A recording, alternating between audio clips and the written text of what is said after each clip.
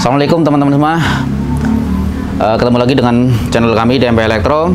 Hari ini saya akan membahas satu buah alat ukur lagi. Alat ukur yang saya bahas kali ini lebih tepatnya kapasitor meter.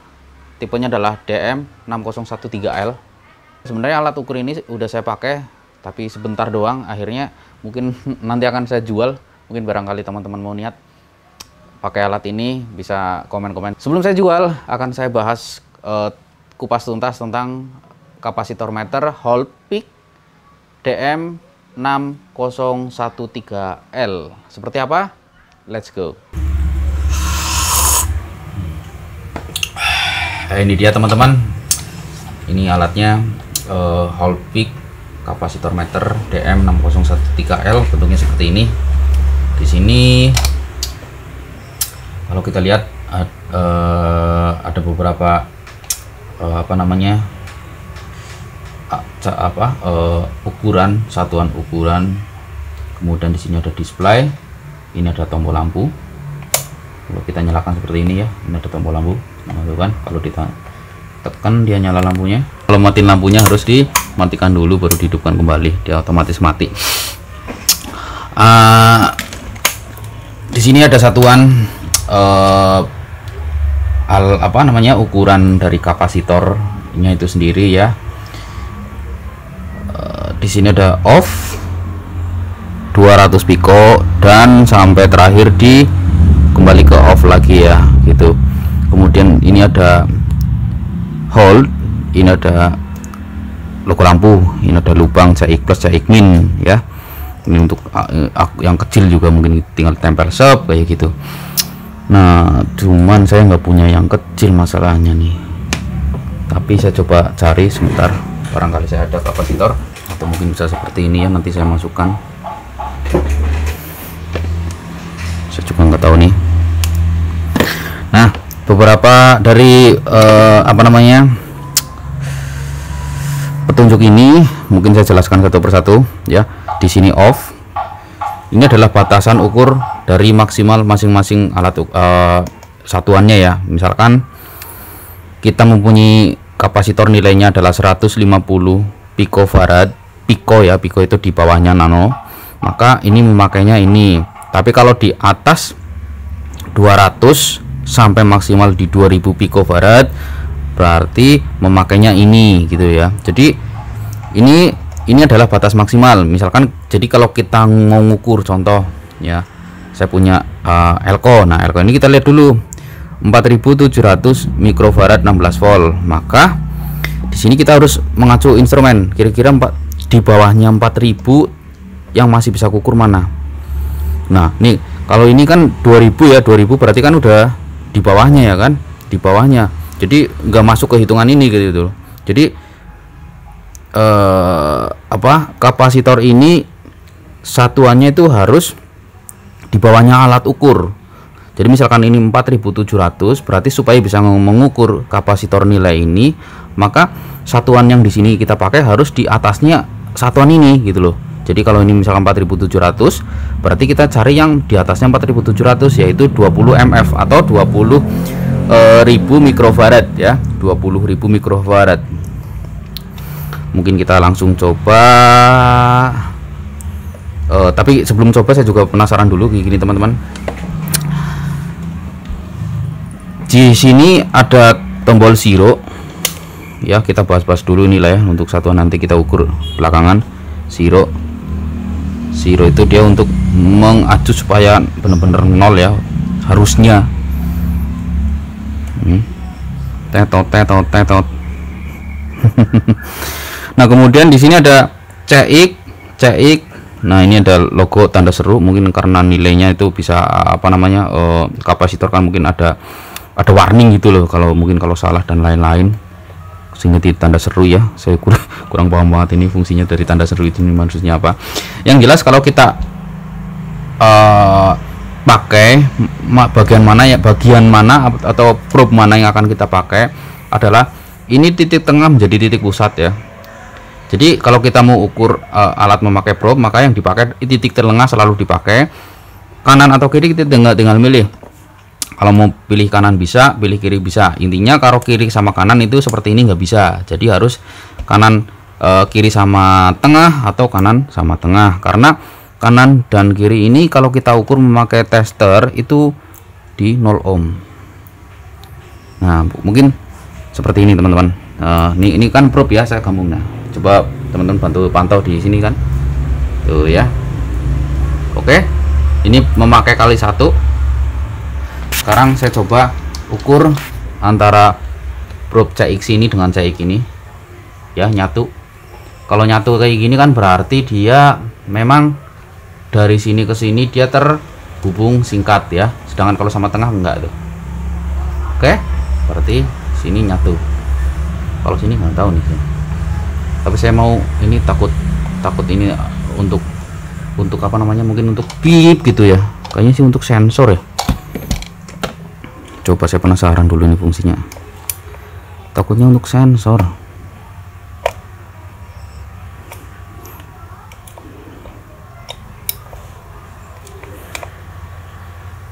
Oh iya teman-teman,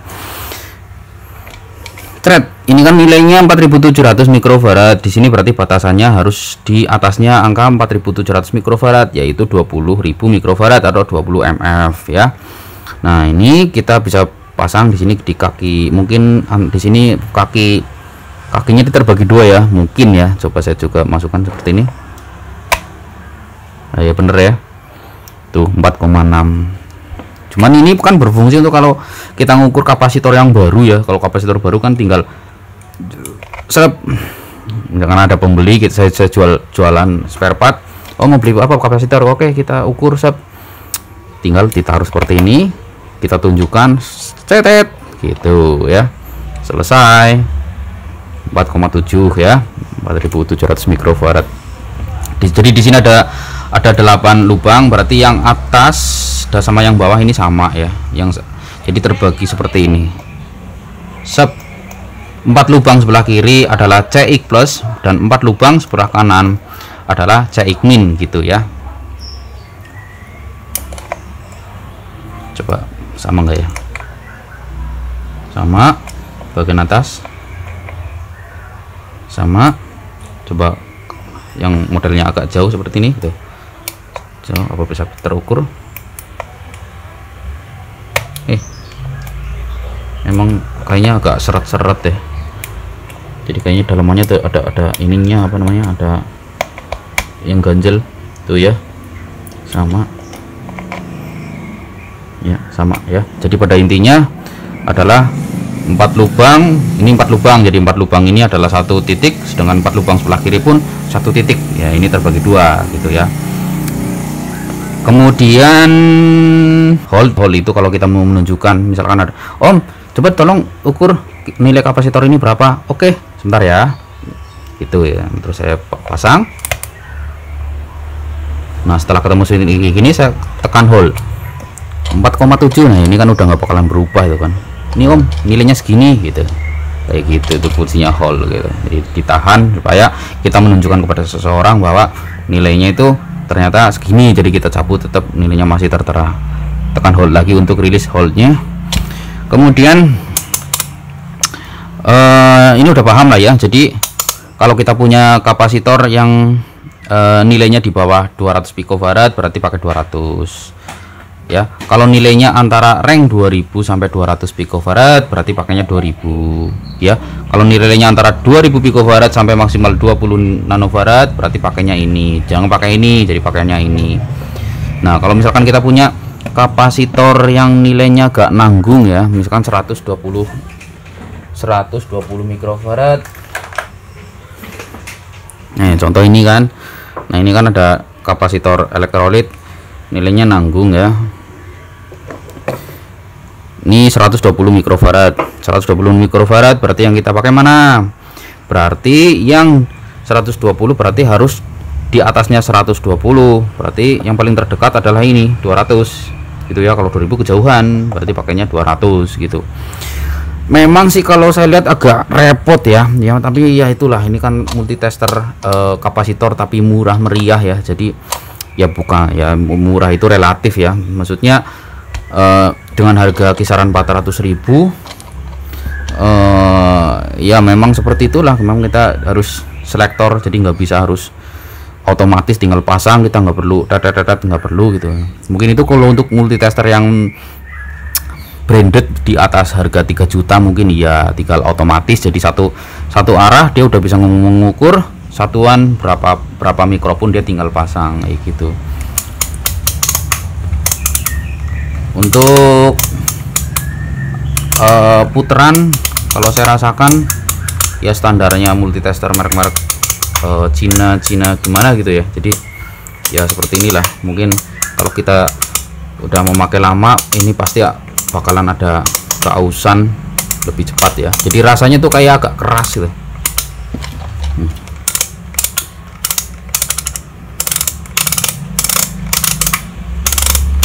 Agak keras gitu, beda dengan merek-merek kayak Kyoritsu atau Sanwa, beda harga sih ya. Oke, jadi teman-teman udah paham lah ya. Jadi untuk crank ini kita tinggal menyesuaikan. Ini kapasitor ya, jadi saya nggak bisa mengukur nilai-nilai dari resistor dan lain-lain. Jadi hanya untuk kapasitor saja. Ini kan 120 ya, saya coba sih 120 mikrowatt. Kalau seandainya selektornya saya pilih di 2000 seperti apa hasilnya? Kita cek bareng. Jadinya di sini 108. Kalau seandainya selektornya saya pilih di 200 mikrofarad 108, ya, jadi ada komanya. Nah, ini 108. Ya, yang paling mendekati di sinilah di 200 mikrofarad karena ini cari yang sekiranya mendekati di atasnya tetapi mendekati dengan angka yang tertera di sini gitu.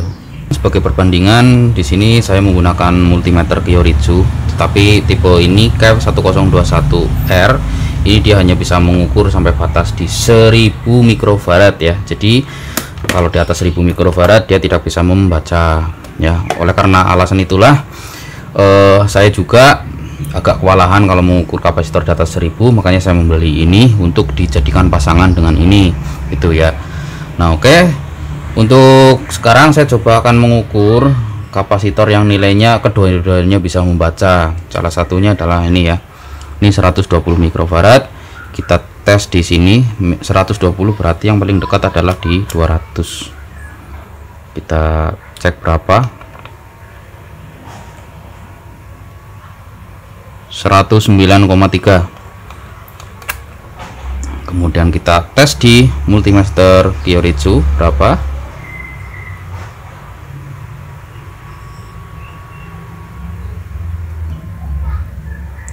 110,2.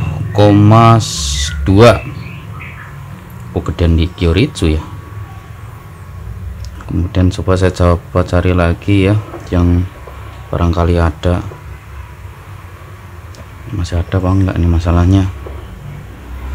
Masalahnya ini udah ini kebanyakan ukurannya kecil.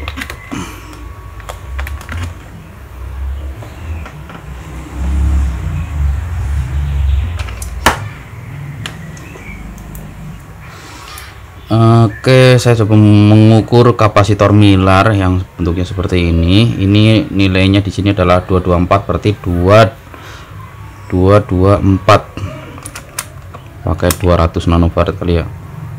220 nya 4, 2 mikro lah, berarti ini 2 mikro ya. 0,22.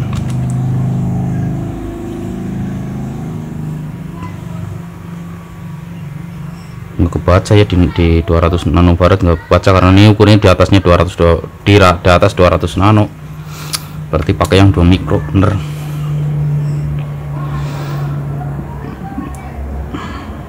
Ya, 0,220 ya, di sini ada titik ya, titiknya di depan, berarti ya 0,220 220 nanofarad ya, di bawahnya 1 mikro.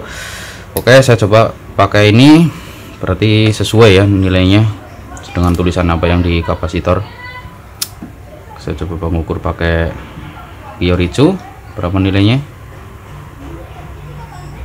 219,8 nanofarad ya, jadi ya hampir mendekati sama lah ya, beda 0,1. Oke, selanjutnya Coba kita buka isinya seperti apa. Ini kebetulan kapasitor meter ini udah saya pakai beberapa kali, jadi udah gantian. Dan ini baterainya aja nih, mereknya Boring, karena saya memakai baterai yang rechargeable, jadi bisa diganti saat kapasitasnya sudah habis. Nah ini bisa dicas ulang ya. Nah, asli bawahnya sih enggak gitu. Nah ini bisa dicas ulang. Saya pakai baterai seperti ini. Ini dalamannya mungkin lithium ion ya, lithium ion 5400 miliwatt hour ya, gitu. Kemudian ini dalamannya seperti ini. Kalau kita mau lihat lagi bagaimana kondisinya udah seperti ini, kayaknya udah nggak bisa. Ini quality control press, berarti ini sudah dicek. Kalau seandainya kita mau lihat, wih ngeri teman-teman. Sebenarnya saya juga penasaran banget isinya seperti apa, tetapi kalau kita mau lihat seperti biasanya sih ada baut, ini enggak ada baut. Di sini ada lubang kecil. Apa ini untuk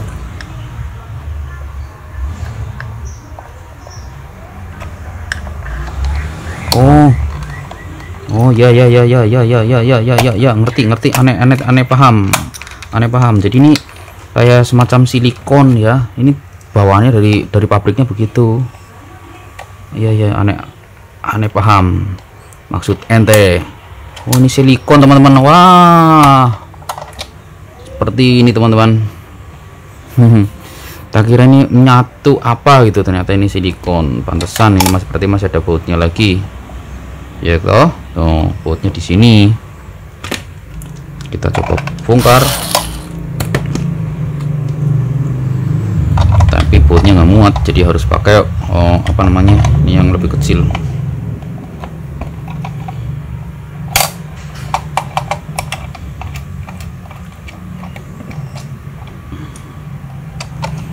Ini untuk sandaran seperti ini. Ya semua orang juga tahu fungsi ini untuk sandaran ya. Cuman ya ini banget lah plastiknya, jadi kayak sekali jatuh udah hancur aja, udah hancur. Mau bisa dijatuhin. Kualitas barangnya kayaknya kurang meyakinkan. Jangan sampai jatuh teman-teman,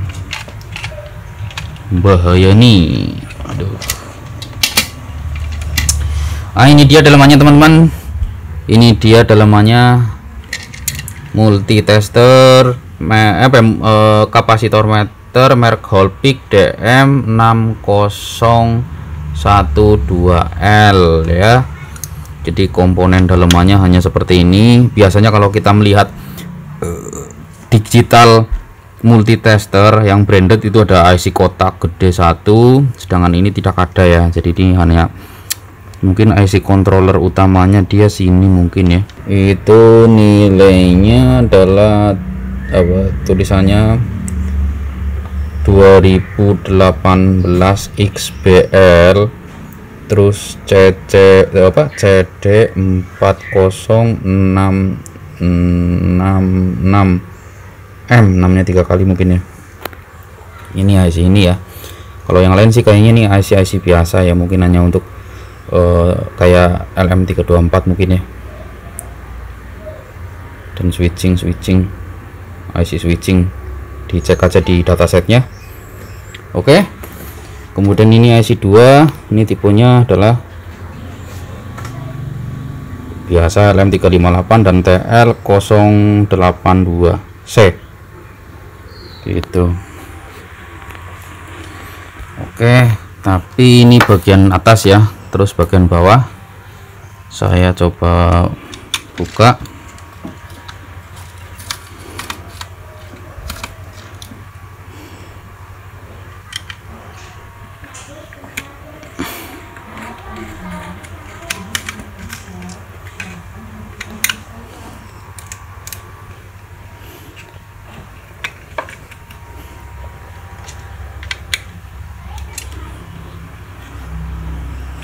Karena kapasitor meter, berarti dia hanya untuk mengukur kapasitas kondensator, jadi ya rangkaiannya otomatis sederhana mungkin ya.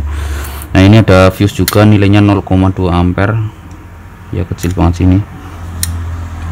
Kemudian ini udah saya buka bautnya, tinggal kita congkel, coba. Ngeri, ngeri.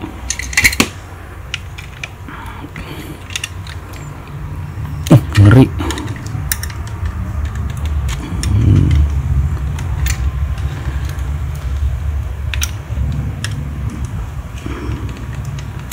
Walah, ya si ono iki ketutupan apa kristal. Ini kristal lu nutupin. Kowe nutupin kene posisine dadi wangel aku buka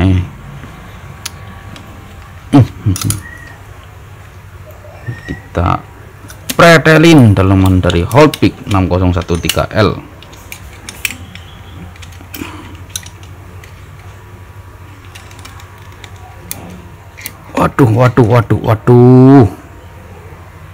Waduh. Ini jadi gimana ya? Jadi ada IC-nya di sini teman-teman.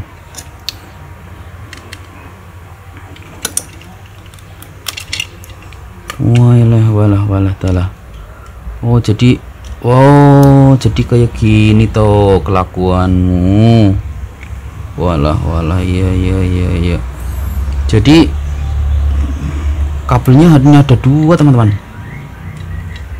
Jadi kabelnya itu hanya ada 2 titik.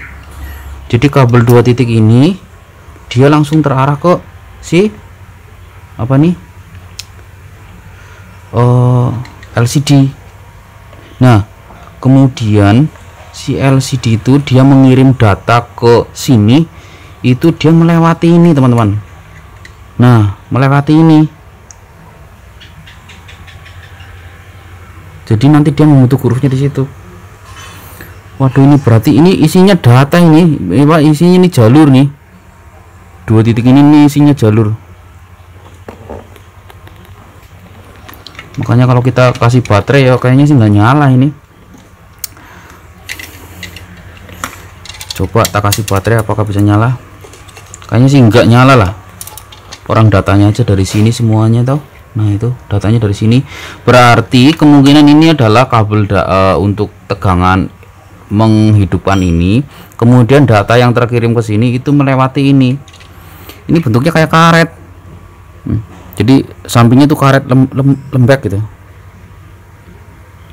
Nah ini. Dan ini datanya dikirim dari sini nih. Nah ini jalur pengirim data. Ini atas bawah ada ya, ini atas ini bawahnya tuh. Jadi dari sini dikirim ke sini. Wah keren, tapi ya aku rarti jangan-jangan nanti setelah dipasang error. Waduh, demi konten ngerusak ini. Oke lah teman-teman, gitu aja untuk pemasangannya. Saya nggak videokan, takutnya nanti error, malah wah korban ini akhirnya dijual. Atau mungkin barangkali teman-teman ada yang mau nampung, yang pastinya nampung ini harus dalam keadaan normal ya. Nanti teman-teman inbox saja di inbox, teman-teman chatting langsung saja di deskripsi di komentar bahwa barangkali membutuhkan kapasitor meter ini mau tak jual. Kebetulan saya udah gak ada gantinya. Gantinya itu seperti apa nanti akan saya videokan di video selanjutnya. Oke, gitu aja teman-teman. Terima kasih yang sudah menonton. See you next time. Assalamualaikum warahmatullahi wabarakatuh.